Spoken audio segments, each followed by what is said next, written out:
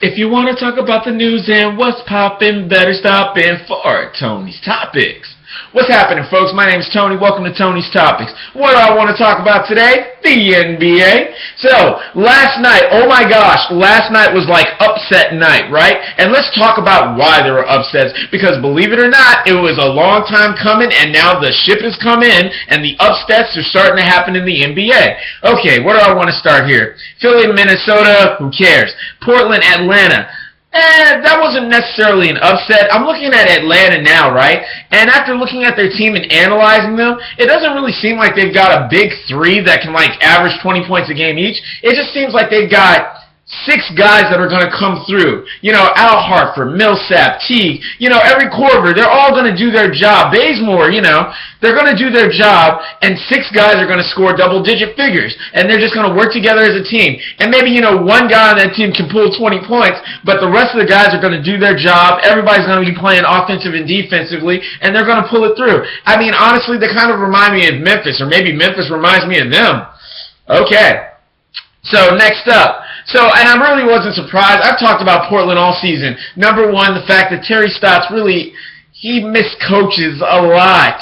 I mean, he's got really good guys that he just refuses to play. Robinson. But anyway, you know, I mean, that's the thing about stubborn coach. I guess I want to call him, would I call him a stubborn coach? Or maybe just not an analytical coach? Or maybe just a coach that's not growing. When they keep doing the exact same thing and not changing, even though it's getting poor results, what are you doing? I mean, seriously, and the franchise cannot be happy with this, because you got to realize, franchise owner, every time your team takes a loss, that just diminishes how much people actually want to see your team play. Believe it. I mean, no one wants to see a garbage team. Nobody. But anyway, who knows? Maybe, I don't know, maybe the love for your city just goes deep or something like that. Maybe if you're the Lakers, you can get away with being garbage for years and years, but otherwise, you better try something new every season. And the Lakers, getting on them, they should be better than what they ended up being, but whatever. You know, that coach and the way he runs stuff, I don't even want to get into Byron Scott. Okay. So let's see here. Next up, the upsets. Houston over Boston, that was expected, no big deal there. Toronto over Brooklyn, that was expected, no big deal there. The Raptors have been bringing it. Cleveland over Sacramento, nothing unrealistic about that one. Again, you know, the new Cleveland brings it and stuff. Make sure my boy Tristan Thompson gets his time, but at the same time I wouldn't be in love with him, but I think he should get 30 minutes. He should get 30 minutes, Mozgov should get 30 minutes, Kevin Love should get 36 minutes. You know, and Kevin Love shows that. You say what you want, but Kevin Love's going to get his 20-plus point games. Okay. Now, the Clippers losing to the Pelicans. Sorry, Doc Rivers, your ship has come in. It's not working, like I said a long time ago. Yes, you had a nice little run with Matt Barnes for a minute there. He was starting to get 18 points and actually justifying being the starting small forward on that team. And now it's over. Okay? He's back to his good old self of maybe getting 7 points in the total course of the game. So why are you still running him for like 30 minutes a night? Stop it. Plus, your star isn't scoring as much as he needs to. Blake Griffin was shooting wonderfully. Problem is, Blake Griffin just didn't take enough shots. Okay? He had, like, what did he only shoot, like 14 times or something like that? You know, he could have made a lot more points had he shot the ball more. You know, you need and honestly, how do you fix that? Simple. You stop making him stay under the basket and fight big 7-footers, and instead you bring him out to the three-point line and let him decide whether or not he wants to shoot the three or charge in. I mean, the man didn't even attempt one three-pointer, okay? And he has that shot in his arsenal. So, but I mean, I don't expect anything different from Doc Rivers. This guy is definitely concerned about playing his son and getting his son some play time, even though that's a mistake, because between Chris Paul, J.J. Redick, and Jamal Crawford, there is no other space, no other time for anyone else at the guard position. Okay? All three of those guys that I just mentioned can score over 15 points a game. So sorry, Doc, I know you want the best for your basketball-playing son, but your team is locked at that position. You know, maybe he can be a back. No, you wouldn't play him as a backup small forward, because that's what Matt Barnes' job should be.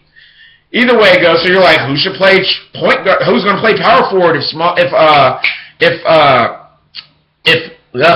oh my gosh, just mental mind blink or whatever there. But anyway, if Blake Griffin's playing small forward, who's going to play power forward? Simple. Spencer Hawes is going to play, and then you're going to back him up with Big Baby Davis, okay? And you got DeAndre Jordan. But Doc, you've been messing up all season anyway, so I guess just ride this one out to another losing season. Good job.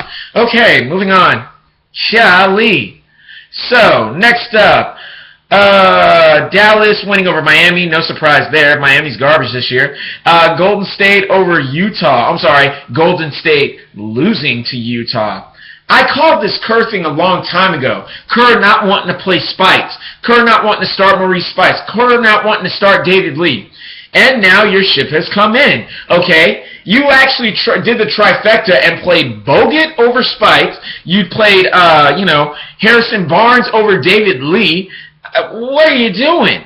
Okay, Draymond Green is good enough to be your small forward. But make no doubt, David Lee is a starter, number one. And number two, David Lee should get at least 30 minutes a night. Probably more like 36. So that's a complete mess up. Did he have a great night? No. But at the same time, you play your stars. Okay, and you're not doing it. How many 20-point games does Maurice Spikes have to have before you realize that he's better than Bogut?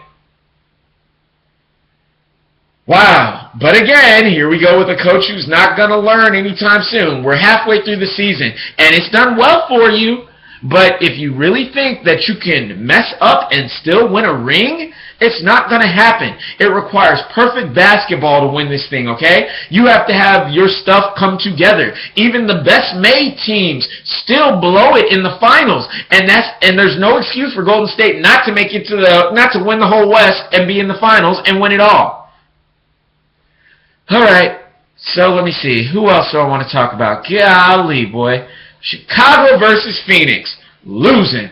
Man, if I didn't call the Thibodeau boat a long time ago. Man, if I didn't say Taj Gibson's supposed to be the starting small forward for that team. Yeah, Thibodeau's determined to play him as a big man, even though he's got Nikola Mirotic, right? But he won't even get that guy some play time.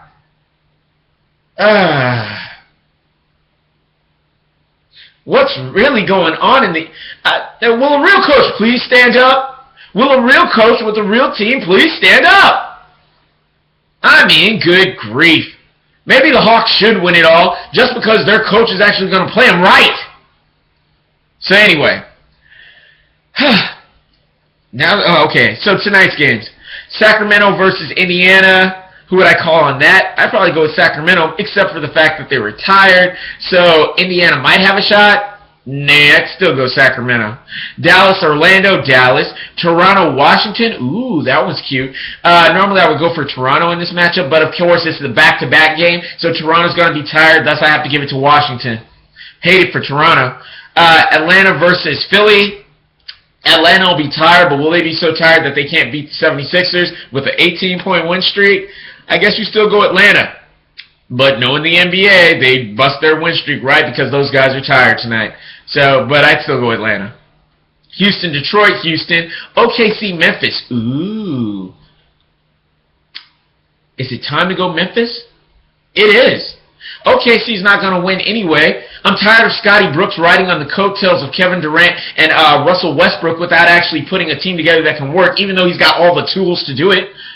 How long will you bench Reggie Jackson? I'm sorry. OKC, you're done. You're done until you get a new coach. It's over. I'm sorry. Move on, Scotty. Let me see here. Cleveland over Miami. I would put Cleveland winning, but they're going to have a tough night because they are tired. But I still put Cleveland winning over, Minnesota. Cleveland, Minnesota. Portland over Milwaukee. Portland's kind of that scrappy team that kind of gets angry, so I wouldn't be surprised if Portland comes back and messes my Milwaukee up. But again, they'll be tired, but I'd still give it to Portland just being on talent. Denver, Charlotte, who cares? I probably wouldn't even bet that one. Probably Charlotte. Yeah. Clippers versus Spurs. Ooh, Spurs. Doc will play the Clippers wrong. The Clippers are tired. Spurs. And Phoenix versus Golden State. Kerr won't change. Phoenix is good. Both teams played last night. Golden State. And that's my time. That's my topics.